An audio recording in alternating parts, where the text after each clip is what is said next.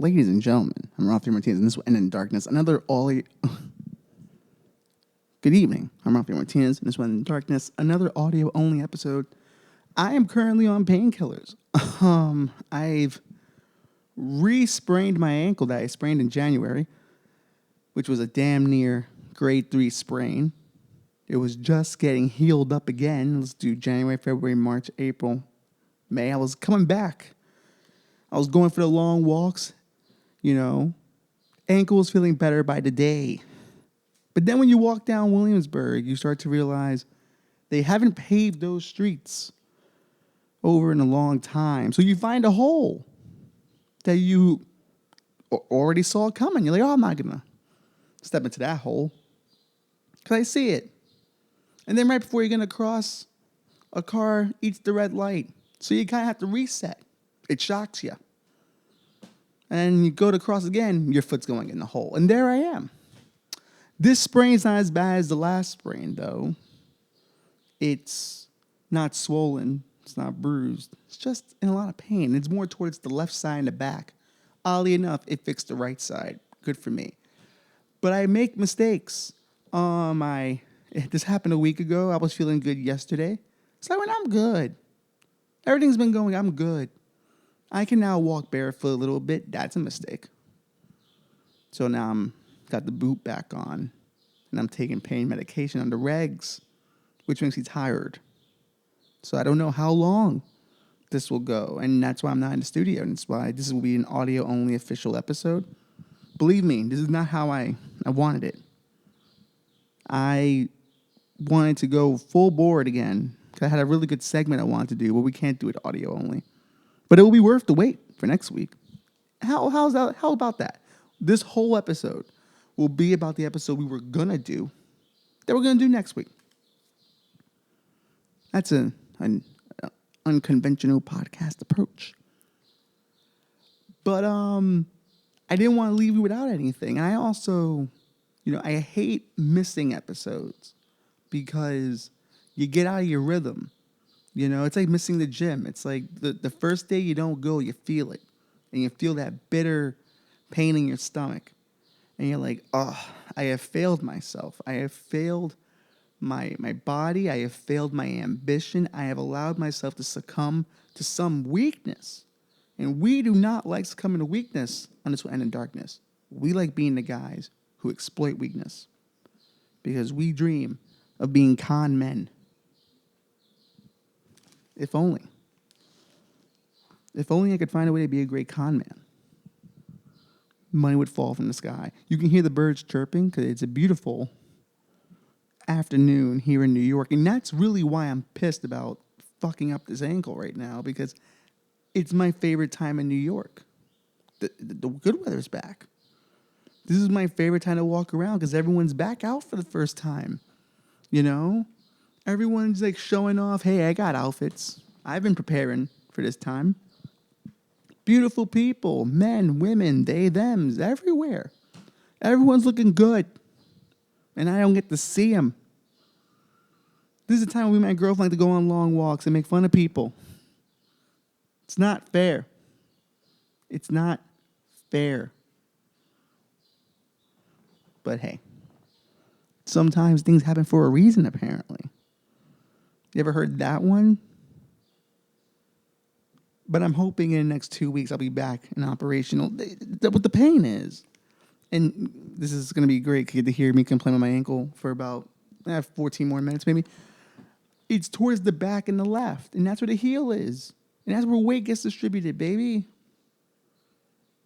No bruising, no swelling, just a high ankle sprain. Is it fractured? No, I don't think so. If it was fractured, I wouldn't be able to do the walking I can do now. It'd be way more painful. Even a hairline fracture is... Okay. And I definitely sprained my ankle way worse last time because had you seen that one, it was like I had 2 feet in one. It was gargantuan.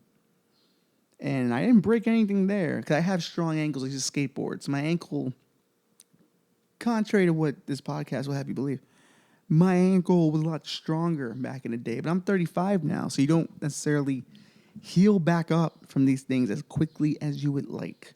So yeah, I'm on pain meds now, and I'm like very sleepy. Very sleepy. I hate being sleepy. I hate being on pain medication. I don't like it. I think it's funny because I was talking to a friend of mine today about like we were talking about Superman and what's like to want to be everywhere at once, but you can't be. And I feel like me as a person, physically, I am so used to being able to be available for everyone, every event, anything. And the second I'm sick or the second I'm hurt, it's not the sick or the hurt that hurts me. It's me failing an expectation that I have in myself to be ready, willing, and able to do anything. That's something internal in me that I've got to fix. But it just becomes this thing where I just start to get down on myself. I get really angry and annoyed at things I cannot control.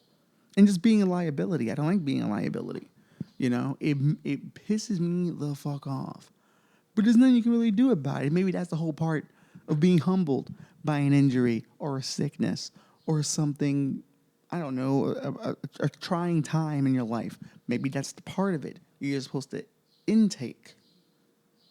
Maybe that's the important part. Hey, settle down a bit. Sit down. You know, I feel like I sat around during the pandemic. I don't want to fucking sit down again. Make up for wasted time, man. What can you do? What can you do? But I think sooner rather than later, I'll be back on my feet. It's just a matter of taking the time, just taking the time, and wearing the boot. To be honest, I didn't really wear the boot much the last time I got my ankle sprained. I didn't really go anywhere really, because I had just gotten the boot from Owada Rams. So in some ways, like that worst sprain was able to heal a lot sooner than probably, would have happened if I had to go to work, in the office instead of working remote. Now I'm just at home, so you will see what happens. It's just such a dumb sprain. It's so dumb. And it comes at the worst time when you're overcoming the last one. But I don't know. I think I'll be fine. This ankle will probably never be the same, though. I think this ankle is going to give me... I feel like as you get older, there's always a one body part that will inevitably fail you at all times. And this ankle is going to be it. This is the motherfucker I'm going to deal with the rest of my entire life. Like, and the thing is, doctors, they just stop fixing things. They're like, yeah, you can't fix that. It's over. Though they'll probably just try to put screws in there at some point. And go, does that make it feel better? It's like, no, there's screws in there. I'm hyper conscious about the screws. But this is going to be the ankle now. Like, whenever I try to do sports, skateboarding might be out of the question now. Because this is my kickoff foot. The end of my skateboarding career. Great. How many more careers can I lose? Let's take count. I think this podcast is all I got left. Nice. Let's see how long that lasts. But I think it's all about, I think as men, we deal with that. We deal with feeling useless sometimes and not having the ability to perform at a level we would like. But at the same time, I do think there is kind of like 90s satanic panic about masculinity. Like guys like Fresh and Fit, people like the Whatever podcast. Like there's these podcasts out there that are doing these quote unquote dating shows. And they're all about high value men trying to find high value women while spending a majority of the podcast just shitting on women.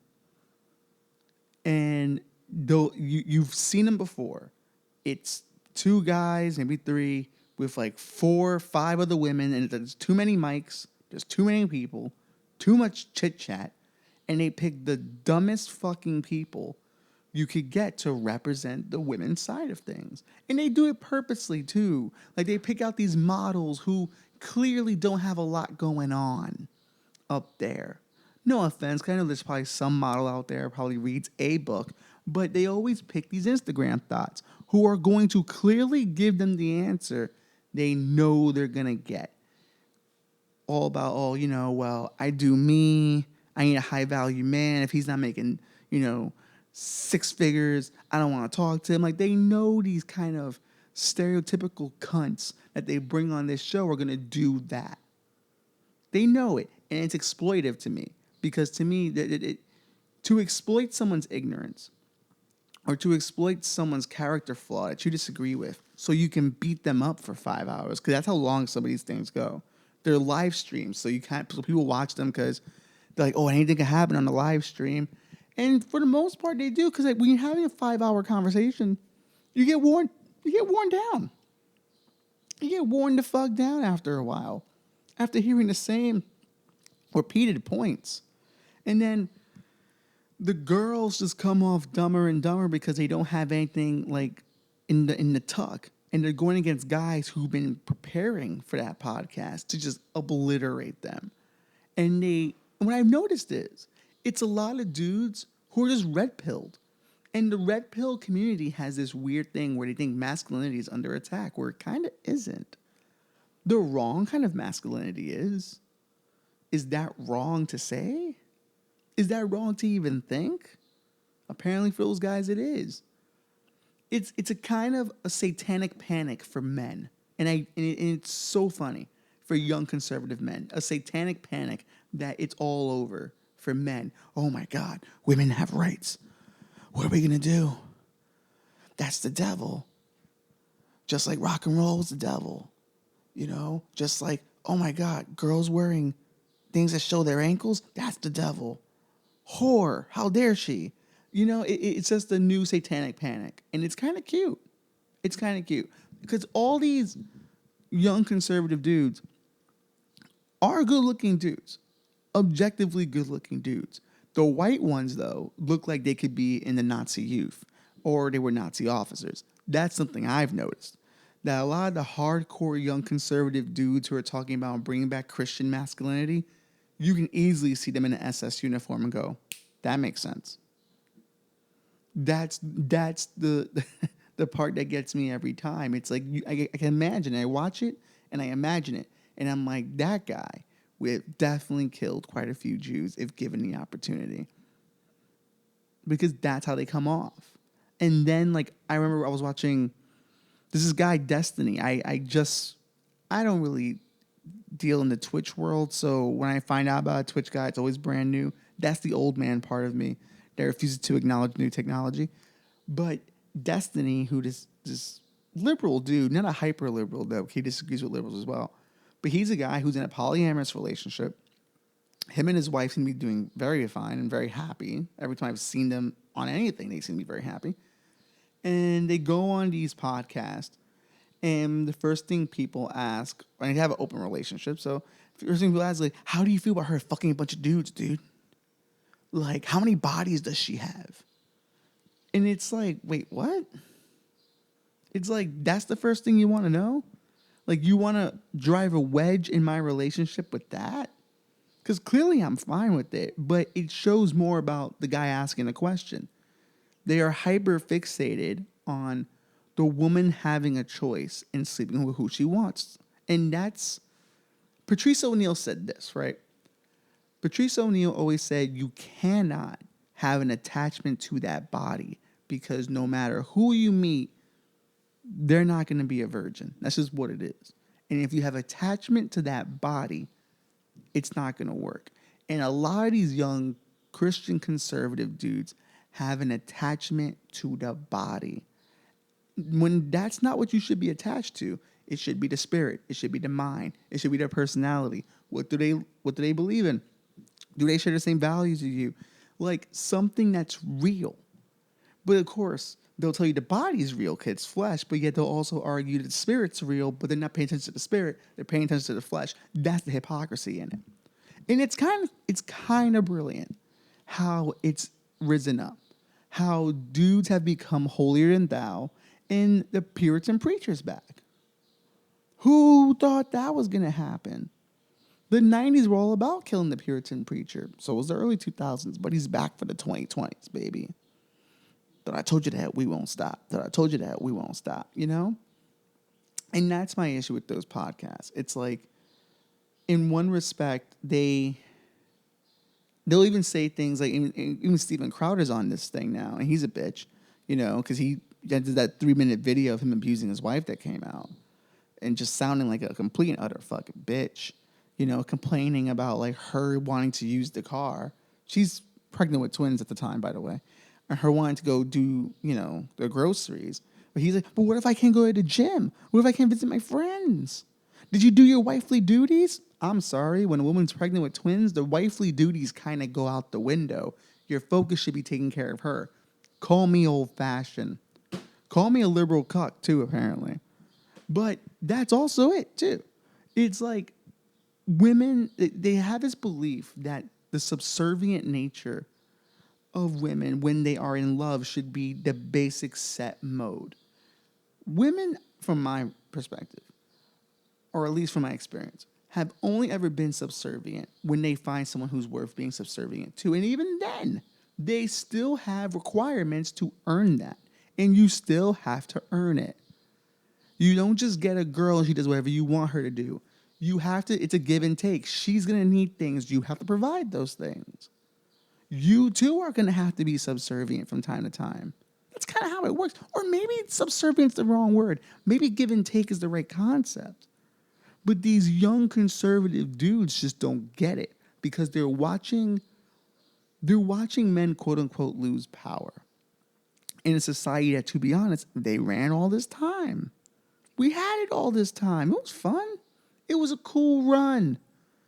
But I think there's this control over, it's going to sound funny if I say the P word, this control over pussy that they really want to have. It's something they can't control, but it's something they want. And that's the issue.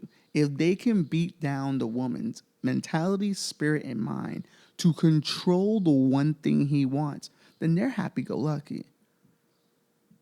And now you have like the tried cats now, or tried calves now, the traditional Catholics that are coming out. And now it's quote-unquote rebellious to be a tried calf now. And now you have all these like kind of like tried calf influencer women who were like, you know, I have no problem being subservient to my man. Like, I have his dinner cooked when he comes home, and I rub his feet, and I do all that. And it's like, oh, cool. So you're down with slavery. Good for you. You want to be a slave. Have fun with that. How's that working out for you when he beats you eventually? Because that's kind of what happens. You know, the religious ones do tend to be the ones that beat their wives the most. It's kind of how it happens. And like then when you challenge young conservatives with that, they're like, well, that's not true. Like, we're not degenerates. It's like, no, you are a degenerate because when a woman wants a divorce, your first thing is, oh, well, she's giving up. You got to try harder. Try harder? Like, at some point, when is a black eye too much? You know? You get these guys on these podcasts, and when you bring up the statistics of why women divorce people, or men particularly, and how much abuse plays a role in it, they almost just don't want to hear it. Oh, that's such a small, minute number. It's like, yeah, but 23% is a lot. And that's only the physical abuse we know about. We don't know about the mental abuse or the emotional abuse. And then they scoff at that because it's not real abuse to them. No one's hurt. There is no bruise. Even though those men clearly have a bruise because they're fucking choosing to control women. It's kind of amazing. It's a work of art, really. You know, and to me, dating's not difficult. It really isn't difficult. What's difficult are things, the outside influences, money, you know, moving out, getting married, things you have to get to make the next stage of the relationship happen. Those things are hard, but loving somebody, being good to somebody. See, it's interesting because me and my mom were talking about this one time. Just because I remember back in the day, people go, "Oh, he's so good to me," though. I don't give a fuck. Being good to someone is bare minimum to me. Being nice to them treating them well, reciprocating the love they give you, that's bare minimum. That to me, if you're not doing that, then what the fuck's the point? You shouldn't be there then. Bye. There's no reason to stick around. That's bare minimum. And for far too long, women have been told to, deal with the bare minimum and accept the bare minimum. But women now dare to ask for something a bit more. It's a problem. Now, I don't disagree that there are some women who take it too far. Like, if you're not 6 foot this, you don't have like 4 cars, a Bugatti and shit like that. Yes, those women clearly have a really dumb way of looking at love and relationships and being, cause I think everyone deep down wants to be a power couple. Like I think it's kind of like Rock Nation brunch. Like whenever the Rock Nation brunch happens, Twitter is like alive with all these people who own LLCs with no business and nothing's happening with that LLC. They have one and just so you can say they're in business. And they wear all these expensive suits and all these expensive clothes, and they go on all these trips that you don't find out that they're flying by Southwest and they're staying in an Airbnb that someone's gotten murdered in. But look, they're in this locale and they look good doing it. So they have to uphold this kind of gimmick, this kayfabe that we always talk about kayfabe on here. Everyone's working a gimmick. So the Rock Nation brunch kids all work a gimmick, and they all want to be jet flying, limousine riding, kiss stealing, wheeling dealing, son of a gun. And they all want to flex. They want the rings. They want the suits. They want the cool vacations. They want you to think they're fucking living it. Because for them, they have nothing else. They have nothing else to offer. Think about how many of those influencers you've seen get interviewed. The interview is only good for the little like TikTok clip you get where they say something profound. But before you get to that, it's like an hour and a half of horse shit. But that's kind of the thing of it. People's perception of what a power couple is so fucking flawed. Because it all revolves around what assets do you own and how can we expand those assets. Where the real power couple thing is who can you build those things with from the ground up. To me, a power couple is not impressive if I merge my assets with somebody else when they're already balling, I'm already balling, we're putting it together, it's a no-brainer. We didn't work for it. To me, a real power couple starts at the bottom when, like George Carlin and his wife, like she went on the road with him. Like she fucking supported him in the hardest part of being a stand-up where you had to go traveling. They pick up the kid and go, and that's the thing about it. Like, that to me is a power couple. Because she understood the vision, or at least believed in the vision. And look what came out of it. Now, I don't believe it's going to happen for everyone. I don't think it's possible for everyone. But I do think for some it is. And to me, that's the true definition of a power couple. And that's the ones I respect. No offense to Jay-Z and Beyonce, but that's a no-brainer right there. She's Beyonce, he's Hove. At what point were they going to fail? At what point were they going to fail? 0 point. It's not that impressive. And then you have, on these podcasts, they talk about how, especially with Fresh and Fit, where they were talking about, well, you should be running through these hoes until you get your money up. Then when you get your money up, that's when you find your wife. And it's like, okay, so the median age of a successful startup, guy who owns one, it's about his 40s. That's when you have your real first successful business because you lived a life. The idea of the young entrepreneur is such a myth. It only works 2%, 1% of the time. Everyone, and they say the older you get, the odds are higher for you that your business is going to be successful because you lived a life. You have experience. You've been through some shit. So let's take that, for instance. So you end up 40 years old. You have a successful business. You've been hustling, but you've been running through hoes all this time. Haven't really made a connection with anybody. So you know how to get hoes, but you don't know how to get a wife.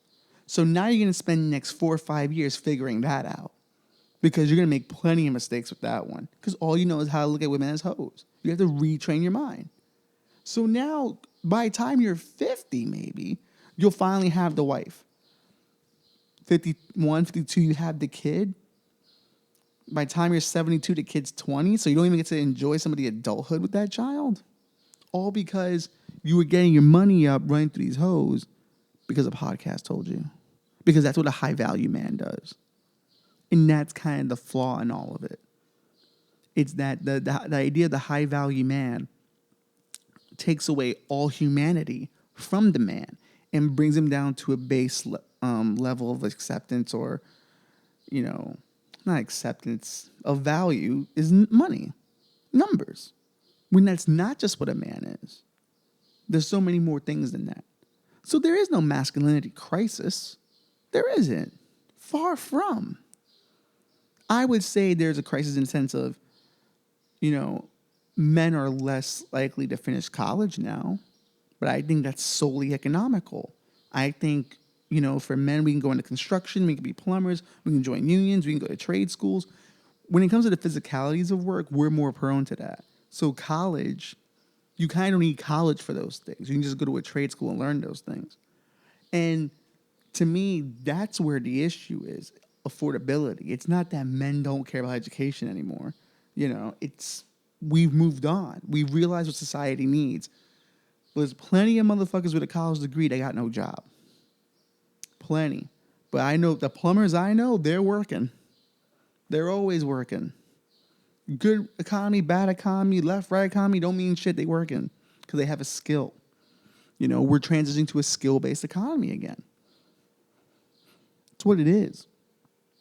But there is this interesting motif that is traveling around about a masculinity crisis, and I just don't see it. I just don't see it. Now, do I think there's some bitch-ass dudes around? Of course. Because we're in soft times, man. Like, I realize it all the time when I talk to, pro wrestling fans. Like, when you hear about backstage fights and arguments, they're like, well, how could they act like that? It's like, dude, pro wrestlers been fighting backstage for years. They've been biting each other. I mean, fuck. Psycho Sid stabbed Arn Anderson with a pair of scissors. And they went to go perform the next week. That's wild behavior. But to me, it's like I understand the level of aggression when it comes to men. Like, I know dudes who fought. I fought a lot of dudes when I was a kid. But I feel like there's a new passive aggressiveness that dudes do now. That's, to me, kind of whack. Like, they don't really confront things anymore. It's just subtweets. It's just, I'll talk around you, but not about you. It's weird. And I feel like that's a common thing that's happening within the generation as a whole. But men particularly just are not confrontational anymore. And to me, that's a problem. I don't think it's a masculinity problem. I think it has nothing to do with masculinity. I think it's just dudes I just think nerds won. The problem is the nerds won. The nerds should have never won because the nerds just don't defend themselves. They don't fight for anything, really.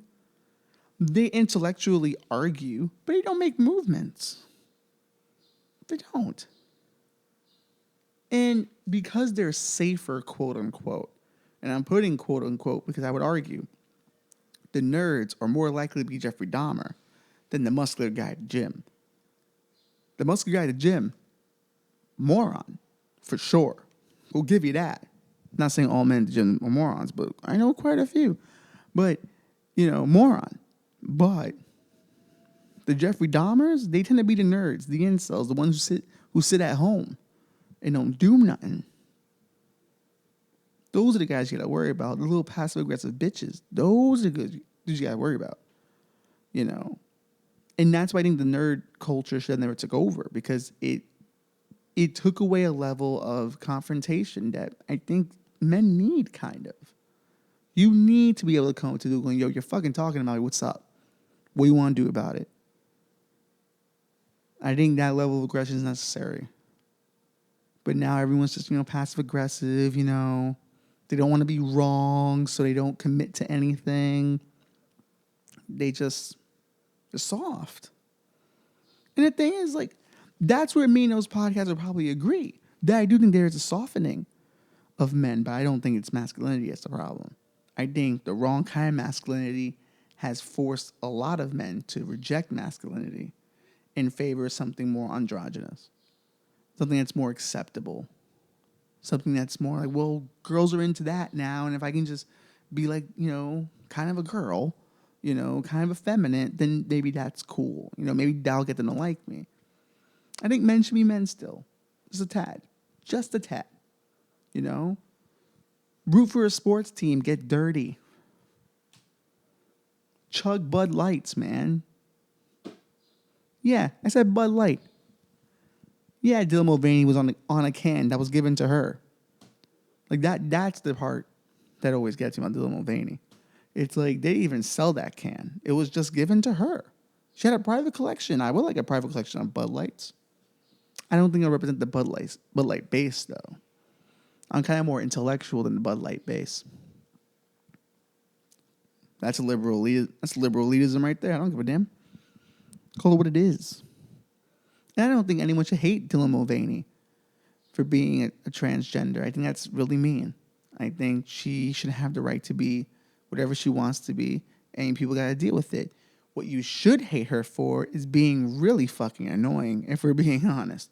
Have you seen her content? She's annoying. Legitimately. 100%. I can't get past a few seconds. She's just annoying. And she's also kind of stereotypical girling it. You know what I mean? Like, I remember I saw the NCAA thing she did. Like, oh my God, March Madness is coming up. I just thought it was somebody's time in the month. It's like, no, like, women know sports. Like, I hate that idea that women don't know. They do. They're around it. Women play sports like that. So that's where I get a little annoyed with Dylan Mulvaney. I feel like she's stereotyping sometimes. I think women know more about sports than they're given credit for. I just have a high respect for women and what they know about. And if they don't know about it, they ask because they're inquisitive people. That's what I like about women. They ask questions. Now, sometimes they could stand to not ask too many questions, but they're doing the best they can because they want to be of use and value. That's something I like about women, to be fair. They, as partners, are really great because they will ask you every question in the book to know exactly what it is they can do for you. Because they want to get it done right then and there. It's like, what do you need right now? How can I do that for you? We're a guy, we see a problem, and we just diagnose it, and that's what we're doing. We sometimes may not understand why we're doing it, but we know that's a problem, that's got to be fixed. I'm going to do it. And we don't do it gently sometimes. We don't. We sometimes give advice too harshly because that's what we're used to. That's the nail. I've got a hammer. Fixing it. Women have a bit more finesse. But you're never going to experience that if you're telling women to be subservient to you. It's not going to happen. Sorry, red pill dudes. It's not going to happen. It's not going to happen. And I feel like it's interesting because I think the red pill dudes probably have a sad origin story. There probably was maybe not the best female that came into their life and fucked their shit up. I can see that. I think every man has the one female, the Darth Vader of your universe that really fucked your shit. I think every man has that. But the key is, what do you do when you experience it? Some dudes, apparently, they turn into fucking incels. They turn into guys who are just mean and mad at the whole fucking world. Like there was that guy recently who left the incel community. He had got a girlfriend. They had, did the thing. And he was like, hey, I'm out. And they were pissed. He was one of the biggest names in the incel community. He's like, yeah, I'm out. I got a girlfriend now. I'm happy. And they were pissed about it. Like, imagine how upset you have to be that a dude you're cool with got laid. And it's all because you're not getting laid. That's nuts. There has never been a guy on this earth who I saw getting laid or getting chicks that I was against. Not at all, because I know how difficult it is. A good man knows how hard it is for a man to be charming and all this other stuff. You know, we're dumb, we're gorillas, so it's hard. It's difficult. So when someone succeeds, I want to applaud that man. Good for him. Pete Davidson is a weird looking motherfucker, but every time he gets a hot Hollywood starlet, I support it because ugly guys need stuff too. Maybe the incels should improve their stock. See, that's the thing about something Tim Dillon said his dad told him this, and it's 100% true.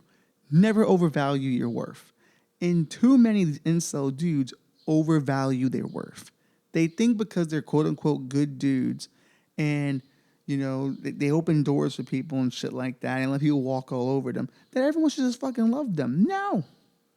Maybe you're not attractive. Listen, we got to start bringing back, you know, a little bit of shaming. Some motherfuckers are just ugly. Some people just ugly. I'm sorry. Some people are just physically not attractive. You can't do anything about that, particularly incels. You can't do anything about that.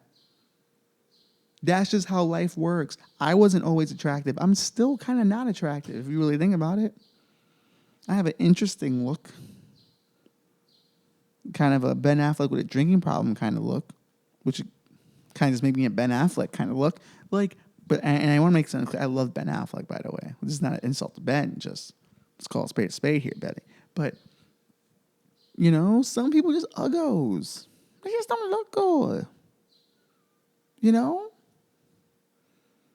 Plastic surgery exists. Was that mean? Yeah, that's kind of mean. I'm not going to take it back, though. I'm gonna stay on that hill. Who listens to this podcast anyway, other than about like 300 and something people a week? But if you are someone who is not physically attractive listening to this podcast, I want you to know right now, we can help you. There are people that can help you, okay? Just dress better, you know? Get a new haircut. You know, work out a little bit. Not a lot. I'm not asking you to be muscular. I'm not asking you to be Joe Rogan, but go outside. Take a walk. You know you can lose mad pounds just walking. I used to walk about 5-6 miles a day. Lost 20 pounds that way. Really hoping I can get back to that with this fucking ankle being over with. So that's my excuse for being fat and ugly right now. My ankle is what's keeping me from doing it. I'd be so much sexier if my ankle was healed. We all have our journey. We all have our kryptonite, and my kryptonite seems to be just the natural motion of walking. Who would have thunk it? I used to walk miles. Dude, Jesus Christ ain't got shit on me with the amount of miles I've walked. I could have been one of the apostles, how much I fucking walk. And I would have done it in the same exact fucking sandals if given the opportunity. But nope. For whatever reason, because things happen for a reason, the Lord has taken my ankle from me. Again. And I'm going to find out why. It will be revealed to me. Maybe I just need my Christian masculinity to come through. Maybe that's what I need. Maybe I got to start reading the Bible more. I feel like we're just in an era where all the youth pastors have gotten older and realized they weren't cool in their churches.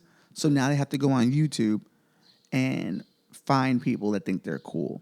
And because men are just... we are just in such a trash place right now, I think. Like, I defend men from time to time, but I think we bought the hype.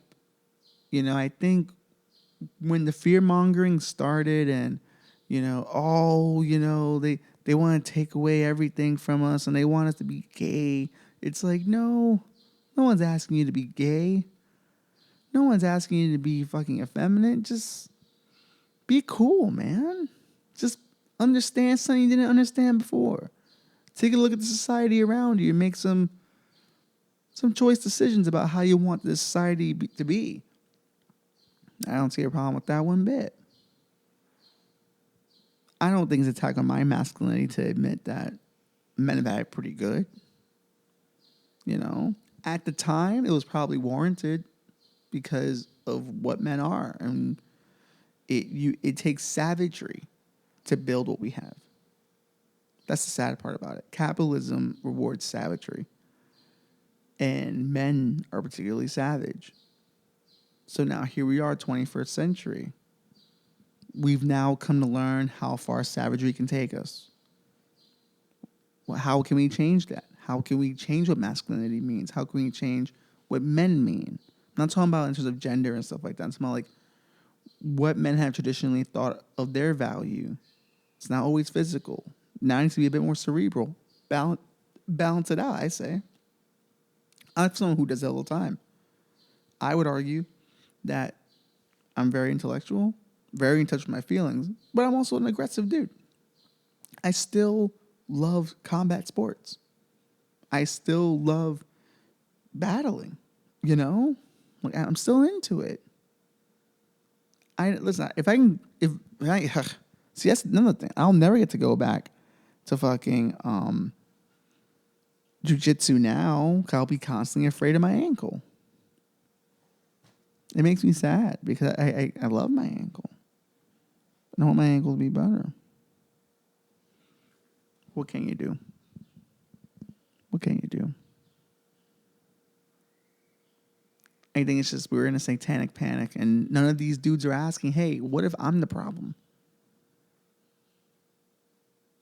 And why should someone be subservient to me?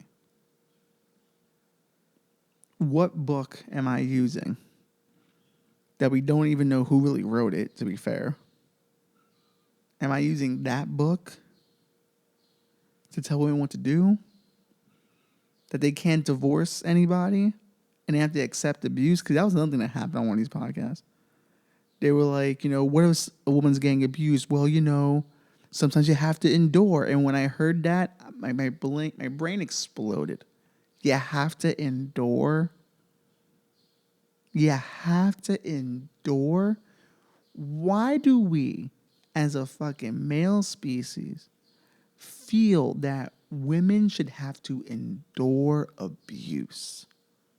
That's fucking retarded. And I think that's the perfect time to use that word, even though we're not allowed to anymore. I think it was a guy named like John Hosgood. Like, he was on the Whatever podcast, and he was like, you got to endure. And it was just weird because you can tell he was just being an asshole. But I would argue he's probably abusing somebody at home if that just so comfortably came out of his mouth that way. So this is where the rubber meets the road. This is where the rubber meets the road. In the next few years, in this next generation of men we're raising, what are we raising them to be? What are we raising them to be?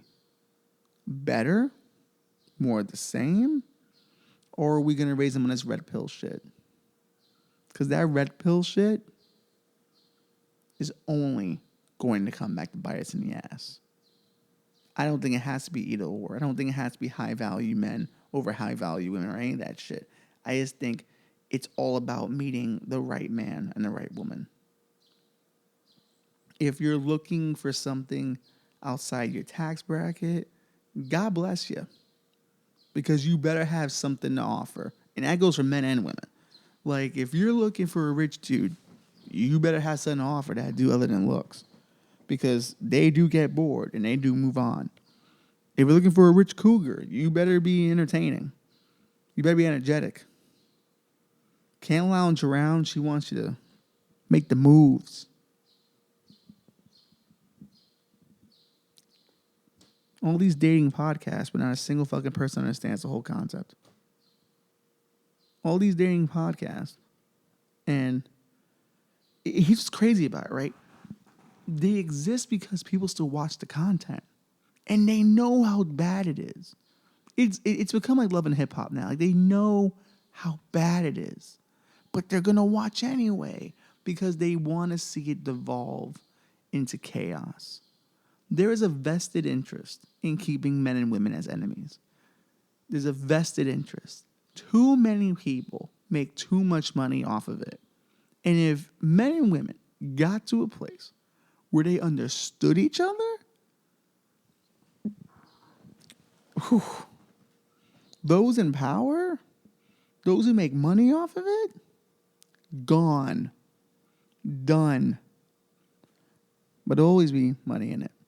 You gotta keep the division going. It's not even just men and women. It's in race. It's in economic brackets. It's everything. Division creates cash. Matter of fact, division creates dividends. That's what it is. That's what it all is. Are you getting caught out there? Are you allowing yourself? Well, that was a good burp. Are you allowing yourself to be put in a situation where you are divided from a group you would normally work with for the sake of someone else's dividends? Oh, my tummy's growling. It's time to eat. You know? And that's what I think it is. Division creates dividends, man. That's all it is. That's all it's ever been. And I am normally someone who's all about it because I'll be honest, I think we kind of do benefit a little bit here off the division and dividends kind of thing. But I think what we do here is we try to tell you that the divisions don't even matter. They're fun. They give you something to do, but they kind of don't matter because someone's making money off you, off your anger, off your spite. You should probably do something about that and like not let them get away with it. That's it. That's really it. That's really it. Well, that was interesting, at the very least. Kind of fun, I think. Did you enjoy it? I'm fine with it. But next week I will drag myself into the studio and we will have our normal podcasting fun. But I like the last episode, R.5, and I like this one. I think we need these from time to time because when it's just audio, you can kind of just flow, you know, and just let your thoughts roll. Where when it's video, there's more of a tendency for me to have to sell it more. But I feel like these are kind of fun because I can just flow out, have a thought, you know. Radio is what I originally wanted to be in before it was film, so maybe I just am going back to what I always loved. There is a child screaming out this window, and I don't know if this child's in trouble, but I do know it's none of my business. So, and even if I did try to help that kid, I think we all know how that one would end.